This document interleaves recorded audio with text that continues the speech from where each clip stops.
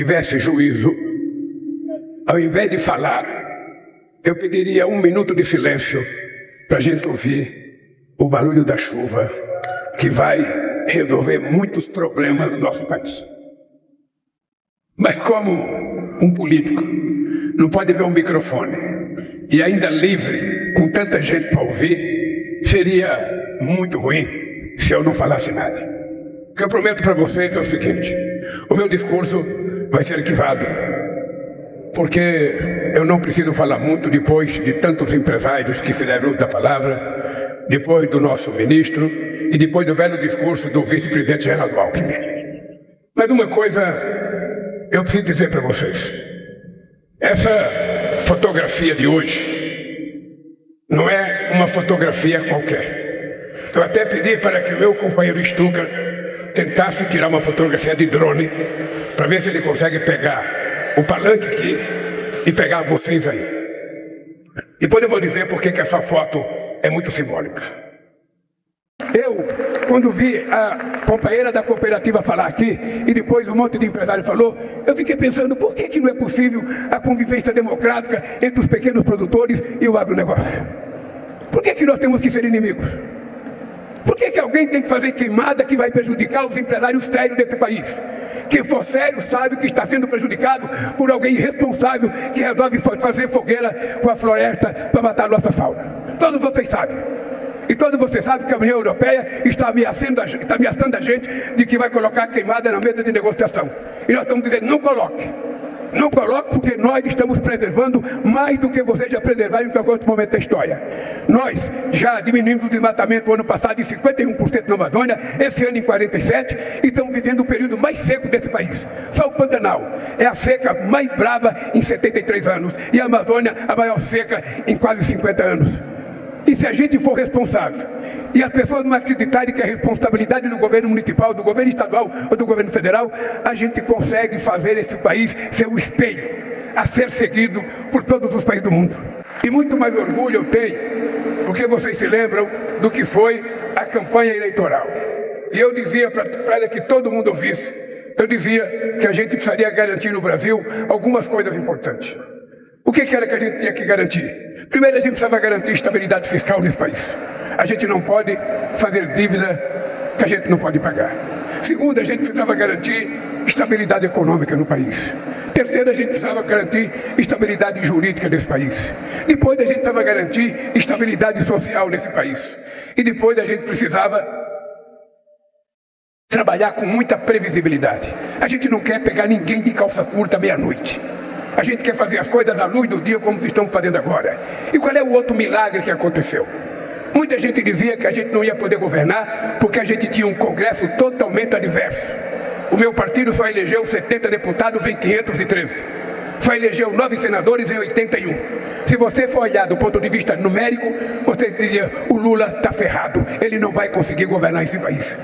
Mas o que seria da política se não fosse a nossa capacidade de conviver democraticamente na diversidade?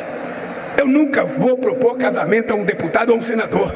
O que eu quero propor a eles são propostas políticas não pessoais, propostas políticas para garantir que esse país dê um salto de qualidade e a gente possa se olhar no espelho e dizer que a gente um dia garantiu que o país será um país altamente desenvolvido, para que esse povo possa melhorar de vida, para que não tenha Bolsa Família porque ela poder ter o que comer, para que a gente não tenha que fazer tanta política assistencial por falta de oportunidade que essas pessoas tiveram. E nós podemos construir esse país, e está aprovado que o Congresso Nacional já aprovou na Câmara uma política tributária que muita gente não acreditava que fosse possível produzir e aprovou. O arcabouço fiscal foi aprovado. Além do que, se aprovou a PEC da transição para que a gente pudesse governar o país, garantindo o futuro e pagando a dívida de quem deixou a presidenta da República. Ou seja, eu prometi para vocês que eu ia trazer esse país à civilidade. Eu ia trazer esse país à civilidade. Cada um de nós tem que fazer a sua obrigação. O governo governa, o legislativo legisla e o poder judiciário julga. Se cada um fizer isso, esse país não terá problema, esse país não terá crise e a democracia brasileira estará garantida para o resto da vida. Chega de mentira nesse país, chega de fake news, chega de inventar coisa que não vai acontecer. Vamos trabalhar com a realidade. A semana passada em Nova York, eu chamei as 3 empresas de rede para conversar com eles. Acho que nunca tinha um presidente da República chamado de empresa de hate, aquelas empresas que fazem avaliação para dar investimento grande para o nosso país. E eu queria saber, com quem que vocês conversam no Brasil? Com quem que vocês conversam para avaliar? Porque ninguém nunca me procurou. Nunca ninguém me procurou. Vocês conversam com quem? Se lê editorial de jornal, nunca vai dar uma nota boa para o governo. Se for conversar só com um adversário que pensa no curto prazo, também não vai ter nota. Não é consultado nenhum trabalhador. E eu só queria saber, me contem, com quem vocês conversam para fazer a avaliação do Brasil? Porque hoje tem pouquíssimo país com a estabilidade que tem o Brasil. Tem pouquíssimo país com crescimento que vai chegar a 3,5% esse ano do que o Brasil. Alguns dizem que é sorte, eu digo que é muito trabalho, é muita dedicação desses ministros, foi muita competência da Câmara e do Senado em votar as coisas que nós precisamos. Eu não conhecia o presidente do Senado, eu tinha pouca relação com o Lira, mas isso não me impede, da forma mais civilizada e democrática, e conversar para construir as coisas. Nós conseguimos aprovar o ano passado em Nova Delhi com o presidente Biden e com o primeiro-ministro da China o primeiro compromisso de fazer uma revolução na questão energética do mundo. Nós assinamos um documento. E o Brasil vai sair na frente, porque o Brasil tem vocês, empresários, que têm capacidade de produzir, que têm capacidade de pesquisar. Nós temos o Embrapa, nós temos um monte de gente preparada para a gente não ficar dependendo de ninguém. E vai depender de nós, porque quando a gente cria uma matriz energética e a gente vai oferecer ao mundo, aumenta a nossa responsabilidade. A gente não mais faz o que a gente quer, a gente faz o que todo o mercado precisa que a gente faça, porque eles serão o nosso consumidor. Qual é o país do mundo que tem condições de competir com o Brasil? Me mostre, pega o mapa do mundo, chega em casa hoje, olhe, qual é o país do mundo que pode competir com o Brasil em energia eólica, em energia solar? Qual é o país que pode disputar conosco energia hídrica? Qual é o país que pode disputar conosco hidrogênio verde? Ou seja, nós só temos que ter vontade de ser grande, nós só temos que ter vontade de vencer, nós só temos que ter autoestima, porque se a gente tiver, a gente faz.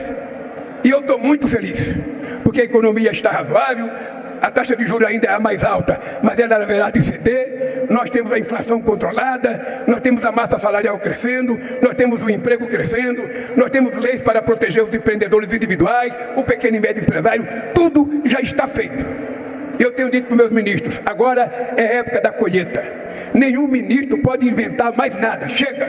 Agora é hora da gente colher. Já plantamos, já regamos, agora é hora da gente colher e colher bem.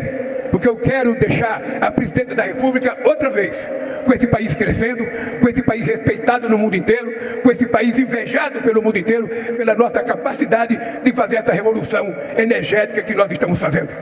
Então eu não esqueço do gesto do Roberto Rodrigues, eu não esqueço da dedicação da presidenta Dilma, eu não esqueço da vontade de muitos empresários. Eu fui a Quixadá fazer empresa de produzir biodiesel, usina, eu fui em Montes Claros fazer de girassol, eu fui na Bahia lançar plantação de dendê, eu fui no Pará em a associação da Petrobras e da empresa de Portugal. Tudo isso um pouco que parou. E quando eu votei, eu falei, sabe de uma coisa? No nosso governo, as coisas não vão parar, porque eu não votei para brincar, eu não votei para xingar ninguém, eu não votei para trabalhar com angústia e com raiva de alguém, eu votei para provar que esse país tem jeito, e esse jeito depende de nós, depende de cada um de nós. Mas eu não posso deixar de falar para vocês que eu não sei se tem alguém aqui mais emocionado do que eu. Eu não esqueço nunca o dia que o companheiro Roberto Rodrigues, então o meu primeiro ministro da Agricultura, entrou no meu gabinete para me dizer que a gente poderia fazer uma revolução nesse país se a gente começasse a produzir biocombustível. E ele me levou um pacote de mamona. E eu passei a discutir com a Dilma, que era então ministra de Minas e Energia, a necessidade da gente tentar transformar aquela ideia numa coisa factível, numa coisa que pudesse ser realizada. Eu andei o mundo inteiro com pacote de mamona. Eu andei o mundo inteiro com pacote de pião manso. Eu viajei o Brasil para ver e incentivar a plantação de dendê. Eu cansei de viajar com carro feito de plástico, porque era o primeiro sonho da Braskem e a Toyota fazer o primeiro carro verde aqui, não mais tendo nada de petróleo, mas tudo de cana-de-açúcar ou de outra oleaginosa. Bem, nós fizemos conferências com embaixadores do mundo inteiro, embaixadores da África, E eu tinha muito orgulho de dizer que o Brasil seria insubstituível, que ninguém poderia competir com o Brasil. Não foram poucas as vezes, o Alckmin era governador do estado de São Paulo, a quantidade de empresários japoneses que nós encontramos aqui no Brasil que queriam fazer investimento, a quantidade de pessoas que queriam discutir com nós. A União Europeia chegou a nos comunicar que até 2020 toda a gasolina dela teria 10% de etanol. Portugal chegou a anunciar que teria 20%. O Japão chegou a anunciar que tinha 3% de etanol na gasolina até 2020. E isso não aconteceu. Mas aqui no Brasil, a gente não parou de trabalhar. A gente começou em 2004, depois em dezembro a gente aprovou a lei criando 2% de biodiesel no óleo diesel, depois fomos para 5%, depois veio a Dilma, nós fomos em 2014 aumentando para 6%, para 7%, para 8%, e agora nós chegamos a um número mais apreciado, tanto para o produtor quanto para o empresário que vai transformar a nossa matéria-prima no óleo tão desejado. E por que essa foto é importante? Essa foto é importante porque aqui falou uma companheira de cooperativa da agricultura familiar. E todos vocês sabem que nós temos pelo menos quase 5 milhões de pequenas propriedades, até 100 hectares, que podem contribuir enormemente com a produção de oleaginosa, que pode produzir não apenas alimento, mas pode produzir outra coisa. Nós tivemos muita celeuma no mundo. Aqueles que eram contra a nossa produção de etanol e a nossa produção de biodiesel diziam que a gente estava utilizando coisas de alimento para produzir combustível, que era um crime. Foi a primeira discussão que eu tive, Dilma, com o Fidel Castro, em Mar del Plata, na Argentina, quando ele tentou me convencer que a gente não poderia produzir biodiesel de soja, porque soja era alimento. E eu disse, companheiro, o problema é o seguinte, é que no Brasil nós temos muita terra, muita capacidade produtiva, a gente vai produzir sem precisar tirar o alimento do nosso povo, dos nossos animais. Cada vez mais a tecnologia está fazendo com que a gente colha cada vez mais produção com menos hectares de terra. E o Brasil, graças a Deus, teve uma Embrapa que nos ajudou muito, vocês construíram empresas de pesquisa, e o Brasil hoje é um modelo para o mundo. Vocês não têm dimensão de como é que eu me sinto hoje, olhando para o mundo e dizendo, o Brasil é o país que vai fazer a maior revolução energética do planeta Terra e não tem ninguém para competir com o Brasil. Eu quero terminar, primeiro, Alexandre, te dando os parabéns pelo trabalho. Dizem que o Alexandre é tinhoso. Diz que o Alexandre gosta de uma boa briga. E eu acho que muitas vezes a gente tem que brigar. Eu só queria dizer para vocês uma coisa, para encerrar minha fala.